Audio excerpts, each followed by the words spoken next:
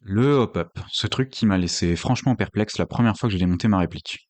Il extrait les billes du chargeur, il les guide dans le canon, et c'est une des innovations qui a permis une amélioration majeure de la portée de nos répliques. C'est d'ailleurs l'un des upgrades les plus importants quand on veut augmenter ses performances.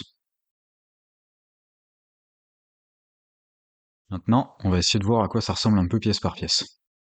On a la chambre, en aluminium ou en plastique, les ressorts qui maintiennent le bloc contre la gearbox, le canon interne en laiton, en aluminium ou en acier inox,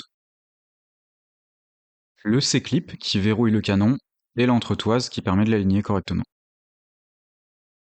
Le joint au pup en silicone ou en caoutchouc, la buse, ou plutôt nozzle, qui elle fait plutôt partie de la gearbox, le cadran rotatif qui actionne le levier qui permet d'appuyer plus ou moins fort sur le joint pour régler l'intensité de l'effet au pup. Pour comprendre un peu mieux, on va regarder ce qui se passe pendant un tir. Le nozzle va d'abord reculer pour permettre aux billes de remonter, et il va à nouveau avancer pour isoler la première bille dans la chambre du hop-up, et va la coincer jusqu'au col du joint hop-up. La bille est maintenant prête à être tirée. La gearbox va ensuite expulser de l'air haute pression au travers du nozzle, ce qui va pousser la bille dans le canon et la propulser. Une petite patte d'appui située sur le joint hop-up va frotter contre la bille lors de son passage. C'est cette friction qui va permettre de faire tourner la bille sur elle-même. Mais du coup, pourquoi faire tourner la bille augmenterait la portée? C'est ce qu'on va voir maintenant. On considère d'abord une bille qui vole en ligne droite sans tourner sur elle-même.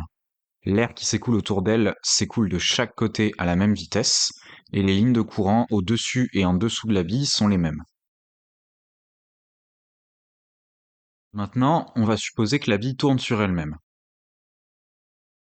L'air qui s'écoule au-dessus de la bille va être accéléré par la rotation, tandis que celui qui s'écoule en dessous va être ralenti.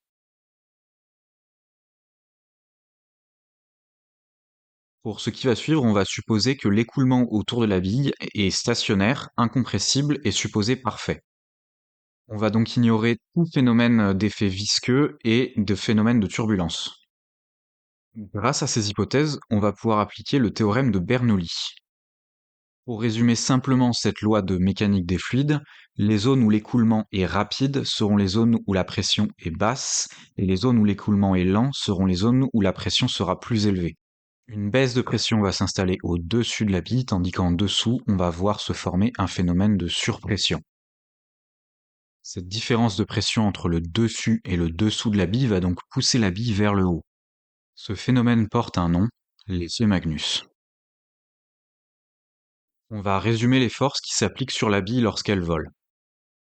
On va supposer que la bille a une vitesse horizontale qu'on va symboliser par ce vecteur. La première force qui s'exerce sur la bille est le poids. Elle est dirigée vers le bas. On a ensuite les frottements de l'air qui vont ralentir la bille. Cette force est appelée la traînée. Elle est parallèle à la vitesse et de sens opposé. Elle est proportionnelle au carré de la vitesse, ce qui fait que plus la vitesse est élevée, plus les frottements sont élevés. La dernière force qui s'exerce sur la bille est la force liée à l'effet Magnus qu'on a vu précédemment. On appelle cette force la portance. La portance va donc s'opposer au poids, ce qui va permettre à la bille de ralentir sa chute et donc d'augmenter sa portée. Cependant, aucune force ne vient s'opposer à la traînée qui va faire ralentir la bille dès sa sortie du canon. La bille va donc s'arrêter et chuter une fois que la traînée aura dissipé toute l'énergie cinétique de la bille. L'intensité de l'effet hop-up va donc avoir une influence sur la trajectoire de la bille et sur la portée de la réplique.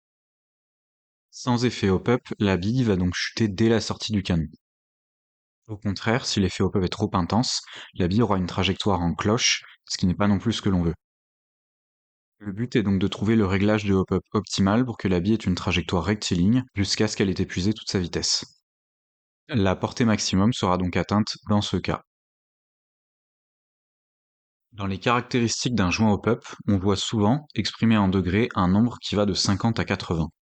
Ce paramètre exprime en fait un indice de dureté du caoutchouc utilisé. Un joint mou est mieux adapté aux répliques avec une faible vitesse en sortie de canon, tandis que les joints les plus durs seront utilisés pour les répliques les plus puissantes. En général, les fabricants fournissent des plages de vitesse en fonction de la dureté. Le joint à utiliser sera donc différent en fonction de votre type de réplique. Un joint trop mou sera peu précis et peu régulier. Mais surtout, un joint trop mou s'usera rapidement et peut se déchirer. Une déchirure peut entraîner un bourrage lors du tir suivant, voire même casser le levier du hop-up si celui-ci descend dans le canon. Au contraire, un joint trop dur sera source de bourrage, la réplique n'étant pas assez puissante pour expulser les billes. De plus, une toute petite rotation du cadran vous fera passer d'une absence d'effet hop-up à un effet hop-up trop fort et vous aurez de grosses difficultés à trouver le bon réglage. Un bon joint hop-up est donc un des upgrades à faire en priorité sur sa réplique, d'autant que c'est l'un des moins chers à réaliser. Changer pour un bon joint hop-up augmentera plus notablement la portée que rallonger son canon ou qu'augmenter la puissance de son ressort, même si ces deux autres upgrades présentent de sérieux avantages.